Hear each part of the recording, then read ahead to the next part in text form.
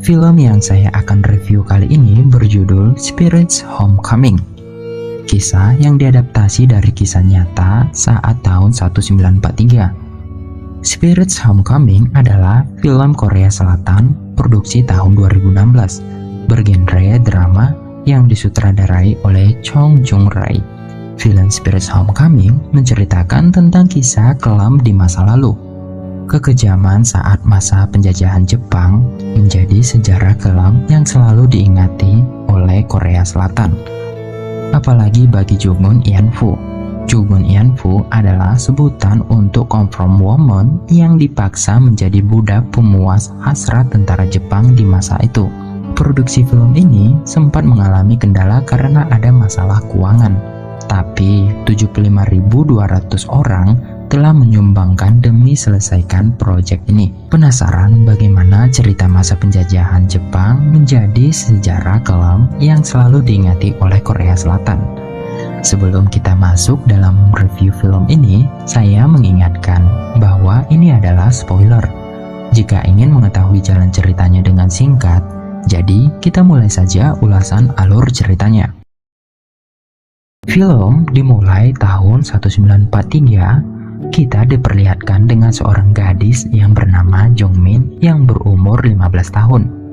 Jungmin sangat bahagia saat bermain dengan teman-temannya, di mana tahun 1943 mereka tidak mendapatkan pendidikan sama sekali. Jungmin juga sangat dekat dengan ayah dan ibunya. Walaupun ibunya sering memarahi Jungmin, tetapi ibunya sangat sayang kepada Jungmin, dikarenakan Jungmin adalah anak satu-satunya yang mereka miliki. Beberapa hari kemudian, Jungmin yang pulang dari kebun, ia melihat beberapa prajurit Jepang di depan rumahnya yang sedang berbicara kepada ayah dan ibunya. Pasukan Jepang memaksa untuk membawa Jungmin ke Jepang dengan dalih kalau Jungmin akan mendapat pendidikan yang layak di Jepang. Ibu Jungmin sangat bersedih, dikarenakan Jungmin tidak pernah pergi sejauh itu. Bahkan dia juga tidak pernah keluar dari desa, dikarenakan prajurit Jepang memaksa, dan akhirnya Jungmin pergi meninggalkan ayah dan ibunya. Jungmin dibawa dengan menggunakan kereta bersama dengan puluhan gadis seumurnya. Di perjalanan, dia berkenalan dengan seorang gadis bernama Yonghae yang berusia 15 tahun. Mereka mengobrol tentang keluarga mereka masing-masing, di mana Yonghae memiliki 5 saudara. Yonghae sangat iri kepada Yongmin dikarenakan Yongmin adalah anak tunggal. Akhirnya Yongmin memberi sesuatu kepada Yonghae. Keesokan harinya mereka tiba di tempat tujuan. Ternyata mereka dibawa ke Cina, tempat tentara Jepang. Sampai di dalam ruangan, mereka disambut dengan seseorang yang berbahasa Korea. Orang itu ternyata salah satu budak yang ditahan oleh prajurit Jepang. Setelah itu, mereka menanyai satu persatu umur mereka. Umur mereka rata-rata 17-an tahun, hanya Jungmin yang paling muda di antara mereka. Setelah itu, mereka dibawa ke ruangan kesehatan untuk mengecek kesehatan mereka. Setelah mereka diperiksa, mereka juga membersihkan seluruh badan mereka. Tiba di malam harinya, Jungmin yang sedang melamun, tiba-tiba ketua prajurit Jepang datang memasuki kamar Jungmin dengan keadaan mabuk. Jungmin yang merasa takut, ia pun langsung menyembah orang Jepang itu. Tak disangka orang Jepang itu langsung melepaskan hasratnya kepada Jungmin dengan kejam. Begitu juga dengan gadis lainnya. Mereka ditaruh di sebuah kamar yang kecil. Lalu setiap harinya, para tentara Jepang bergantian keluar masuk untuk memuaskan hasratnya. Para gadis itu selalu meminta mohon untuk mengampuninya. Tetapi para tentara Jepang tidak segan untuk menganiaya para gadis itu, yang sering kali disebabkan perbedaan bahasa antara mereka berdua. Tiba suatu hari, terjadi penyerangan ke kamp tentara Jepang, di mana penyerangan itu adalah dari Cina. Sangat disayangkan penyerangan dari Cina gagal, bahkan menambah kematian dari Cina. Ternyata penyerangan itu sudah sering kali terjadi. Silih berganti, di mana para gadis yang disandra, beberapa gadis menjadi pasi berbahasa Jepang, dan beberapa gadis menjadi gila, dan bahkan beberapa gadis meninggal dunia. Babak belur sudah menjadi umum bagi mereka. Bagi gadis yang sudah terkena penyakit, mereka membawa gadis itu ke tengah hutan untuk dibunuh. tiba di malam hari di mana mereka harus melayani puluhan tentara Jepang.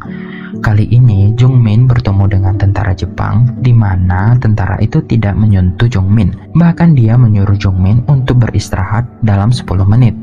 Tentara itu sangat simpati kepada Jungmin dan dia bercerita bahwa Jungmin mirip dengan adik kandungnya. Keesokan harinya, tentara itu menemui Jungmin dan memberi peta untuk melarikan diri.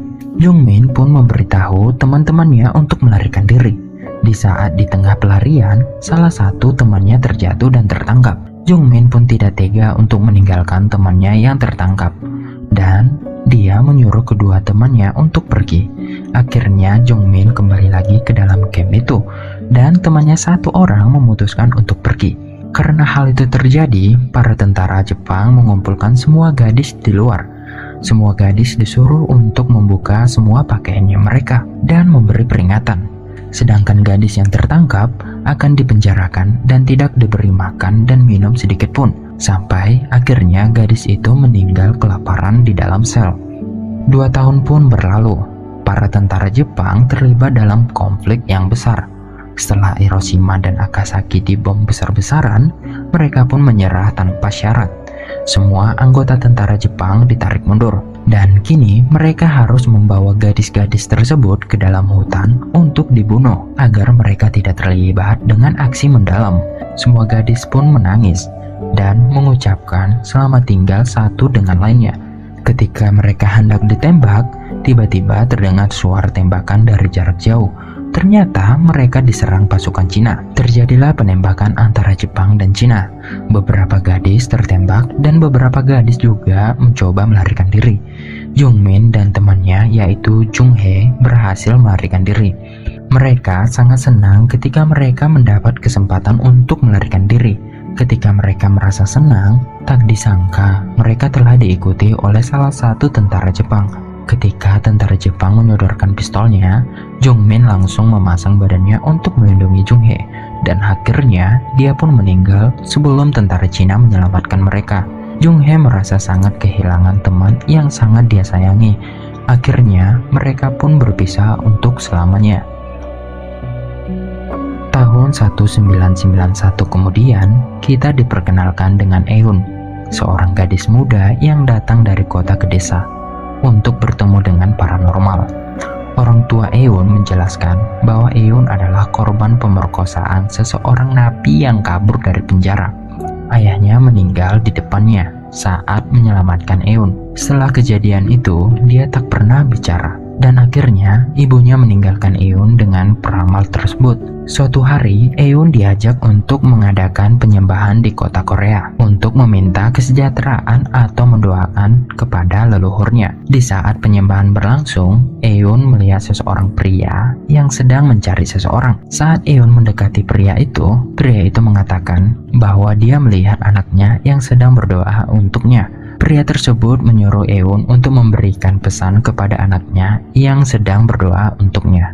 Eun pun langsung memberi pesan yang disampaikan oleh pria tersebut, di mana pria itu baru beberapa hari meninggal. Hari berikutnya, Eun diajak untuk menemui Jung-hae yang sudah menua. Sesampai di rumah Jung-hae, Eun tak sengaja memegang bentuk pemberian Jungmin kepada Jung-hae saat pertama kali mereka bertemu. Tak disangka Eun bisa melihat di masa lalu Jung-hae yang begitu pahit, hingga membuat Eun pingsan secara tiba-tiba. Setelah Eun mengetahui masalah Jung-hae, mereka berdua pun semakin dekat. Beberapa bulan kemudian, Eun membawa Jung-hae untuk mengadakan penyembahan di kota Korea.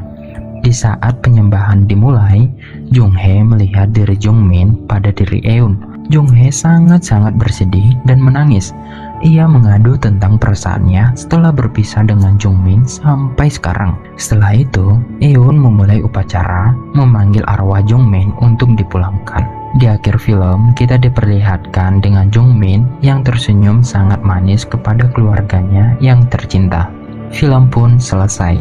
Terima kasih untuk teman-teman yang sudah menonton video ini sampai akhir. Semoga teman-teman terhibur dengan apa yang kita upload di channel ini. Jangan lupa untuk selalu mendukung channel kita ini. Jika ada saran tentang review kali ini, boleh komentar di bawah. Saya akhiri, sampai jumpa di video berikutnya.